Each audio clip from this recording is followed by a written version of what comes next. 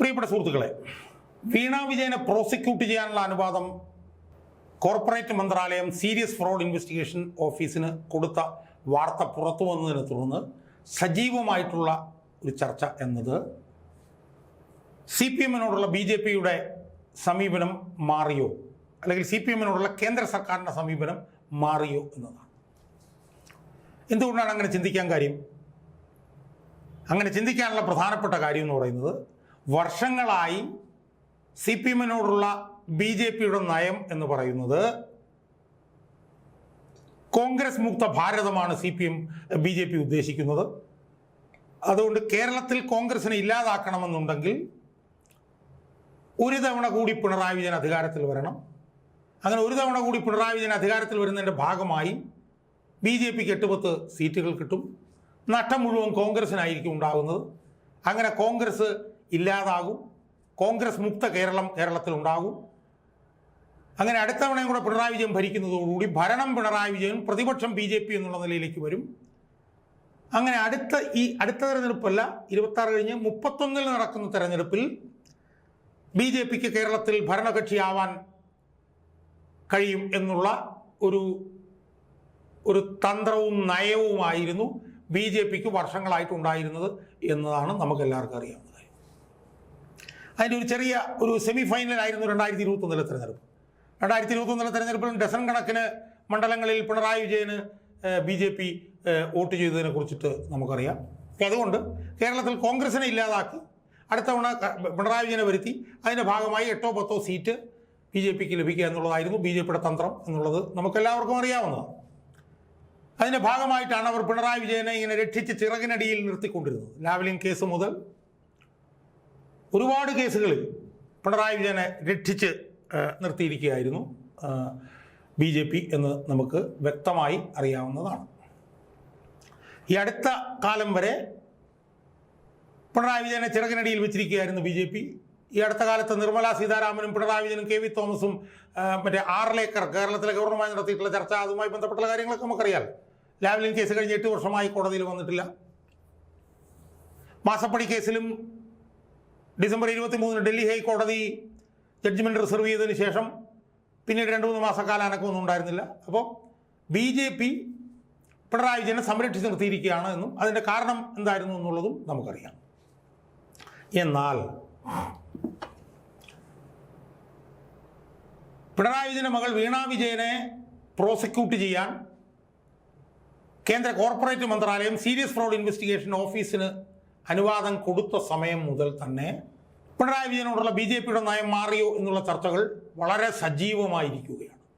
പിണറായി വിജയനെ പിടിച്ചാൽ മാത്രമേ BJP-ക്ക് വളരാൻ കഴിയൂ എന്നുള്ളൊരു ബോധ്യത്തിലേക്ക് BJP എത്തിയോ എന്നുള്ള ചർച്ച വളരെ സജീവമായിരിക്കും. സുഹൃത്തുക്കളെ സംബന്ധിച്ച് ചില വിശദാംശങ്ങൾ ഇപ്പോൾ എന്നെ സംബന്ധിച്ച് പറയുകയാണെങ്കിൽ, ഞാനൊക്കെ വർഷങ്ങളായി പറഞ്ഞുകൊണ്ടിരിക്കുന്ന ഒരു വാദമാണ്, കേരളത്തിൽ BJP-ക്ക് വളരണമെങ്കിൽ CPM തകരുക CPM-ന്റെ വോട്ട് ബാങ്കിൽ ഷിഫ്റ്റ് ഉണ്ടായ BJP-യിലേക്ക് ഷിഫ്റ്റ് ഉണ്ടായാൽ മാത്രമേ BJP വളരൂ എന്നുള്ള കാര്യം എന്നെപ്പോലുള്ള ആളുകൾ കുറേ കാലമായി പറയുന്നതാണ്. അങ്ങനെ വളരണം എന്നുള്ള ആഗ്രഹം കൊണ്ടല്ല, അത് അങ്ങനെ സാധിക്കൂ എന്നുള്ളതായിരുന്നു എന്നെപ്പോലുള്ള പൊതുപ്രവർത്തകരുടെ വാദം.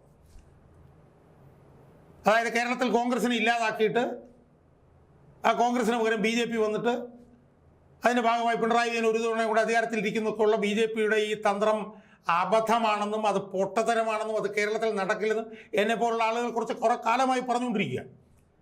അങ്ങനെ പറയാനുള്ള ഏറ്റവും പ്രധാനപ്പെട്ട കാരണം എന്ന് പറയുന്നത് അത് കേരളത്തിൻ്റെ ഡെമോഗ്രഫിയാണ്, കേരളത്തിൻ്റെ ജനസംഖ്യ. മറ്റ് സംസ്ഥാനങ്ങൾ പോലല്ല കേരളം എന്നുള്ളത് ആണ് എന്നെപ്പോലുള്ള പൊതുപ്രവർത്തകർ പറഞ്ഞുകൊണ്ടിരുന്നത്. മറ്റ് സംസ്ഥാനങ്ങളിൽ നിന്ന് വ്യത്യസ്തമായി കേരളത്തിൽ 50% ഹിന്ദുക്കളും ബാക്കി 50% ന്യൂനപക്ഷങ്ങളുമാണ്. അങ്ങനെ ഒരു സംസ്ഥാനം ഇന്ത്യയിൽ വേറെ ഇല്ല. മറ്റുള്ള സംസ്ഥാനങ്ങളിലൊക്കെ തന്നെ ബഹുഭൂരിപക്ഷവും ഹിന്ദുക്കളും പിന്നീട് മുസ്ലിങ്ങളും അങ്ങനെയാണുള്ളത്. എന്നാൽ കേരളത്തിൽ 50% ഹിന്ദുക്കൾ, പല തരത്തിലുള്ള ഹിന്ദു വിഭാഗങ്ങൾ, 29% മുസ്ലിങ്ങൾ, 18% ക്രിസ്ത്യാനി. ഇങ്ങനെ ഇന്ത്യയിൽ വേറൊരു സംസ്ഥാനമില്ല. അതുകൊണ്ട് തന്നെ കേരളത്തിൽ കോൺഗ്രസിനെ ഇല്ലാതാക്കൽ വലിയ ബുദ്ധിമുട്ടാണ് എന്നായിരുന്നു എന്നെപ്പോലുള്ള പൊതുപ്രവർത്തകരുടെ വാദം.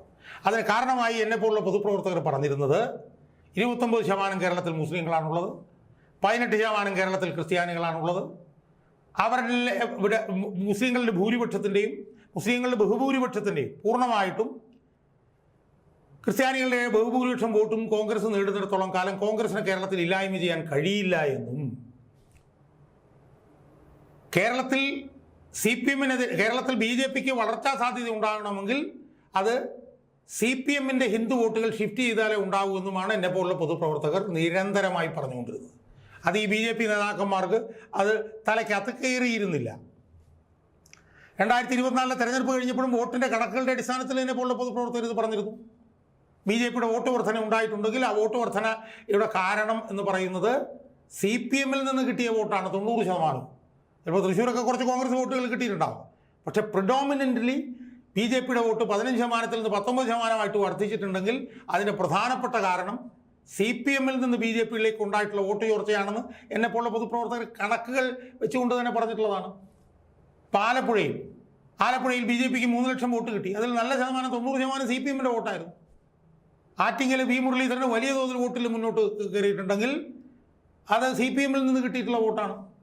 ആലപ്പുഴയിൽ KC വേണുഗോപാൽ ജയിച്ചിട്ടുണ്ടെങ്കിൽ അത് CPMൽ നിന്ന് വോട്ട് BJPയിലേക്ക് പോയതുകൊണ്ടാണ്. അടൂർ പ്രകാശ് ആറ്റിങ്ങലിൽ ജയിച്ചിട്ടുള്ള അതിൻ്റെ കാരണവും CPMൽ നിന്ന് BJPയിലേക്ക് വോട്ട് പോയതുകൊണ്ടാണ്. തിരുവനന്തപുരത്തും വലിയ തോതിൽ CPMൽ നിന്ന് BJPയിലേക്ക് വോട്ട് പോയിട്ടുണ്ട്. ഒട്ടനവധി മണ്ഡലങ്ങളിൽ BJP 1ാം സ്ഥാനത്ത് വന്നിട്ടുണ്ടെങ്കിൽ അതെല്ലാം CPMൽ നിന്ന് BJPയിലേക്ക് ഉണ്ടായിട്ടുള്ള വോട്ട് ഷിഫ്റ്റ് ആണെന്ന് കണക്കുകളുടെ അടിസ്ഥാനത്തിൽ കഴിഞ്ഞ തെരഞ്ഞെടുപ്പ് കഴിഞ്ഞപ്പോൾ എന്നെ പോലുള്ള പൊതുപ്രവർത്തകർ പറയും വീഡിയോ ചെയ്യുകയൊക്കെ ചെയ്തിട്ടുള്ളതാണ്.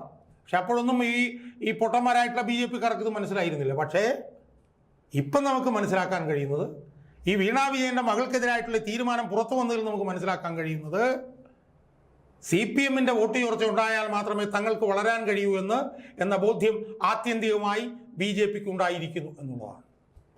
അതിൻ്റെ വ്യക്തമായിട്ടുള്ള സൂചനയാണ് പിണറായി വിജയൻ്റെ മകൾ വീണാ വിജയനെ പ്രോസിക്യൂട്ട് ചെയ്യാൻ അനുവദിച്ചുകൊണ്ടുള്ള കോർപ്പറേറ്റ് മന്ത്രാലയം SFIക്ക് അനുമതി നൽകിയിട്ടുള്ള തീരുമാനം എന്നുള്ള കാര്യത്തിൽ യാതൊരു സംശയവുമില്ല. അപ്പം അതുകൊണ്ട് നമുക്ക് ഒരു കാര്യം ഉറപ്പിക്കാം, കോൺഗ്രസിനെ കേരളത്തിൽ ഇല്ലാതാക്കാൻ പറ്റില്ല എന്ന് BJPക്ക് ബോധ്യമായിരിക്കുന്നു. അതിൻ്റെ അടിസ്ഥാനത്തിൽ CPMന്റെ ഹിന്ദു വോട്ട് ബാങ്കിലേക്ക് കടന്നു കയറാൻ വേണ്ടിയിട്ട് BJP ശ്രമങ്ങൾ ആരംഭിച്ചിരിക്കുന്നു. അതിൻ്റെ ഏറ്റവും പ്രധാനപ്പെട്ട ഒരു തീരുമാനമാണ് ഇപ്പോൾ ഈ വീണാ വിജയനെതിരെ വന്നിരിക്കുന്ന തീരുമാനം എന്നുള്ള കാര്യത്തിൽ യാതൊരു തർക്കവുമില്ല.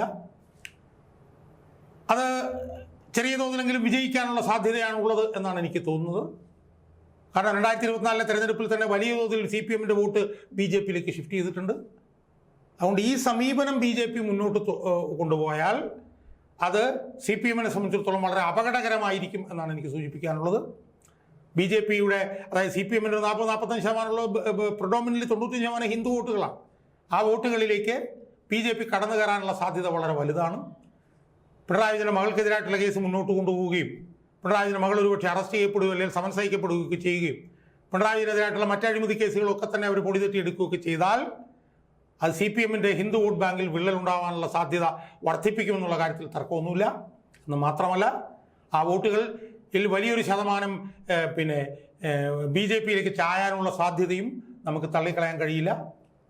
എന്തായാലും BJP വിചാരിക്കുന്ന 8-10 സീറ്റിൻ്റെ ഗുണമൊന്നും അവർക്കുണ്ടാകാൻ സാധ്യതയില്ലെങ്കിലും ഒരു 3-4-5 സീറ്റുകൾ അവർക്ക് ലഭിക്കാൻ സാധ്യതയുണ്ട്.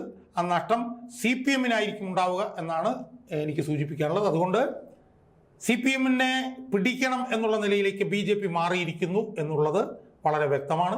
അതിൻ്റെ ഭാഗമായിട്ടാണ് BJPയുടെ ഈ നയമാറ്റം ഉണ്ടായിരിക്കുന്നത് എന്നാണ് എനിക്ക് എൻ്റെ പ്രേക്ഷകരോട് സൂചിപ്പിക്കാനുള്ളത്.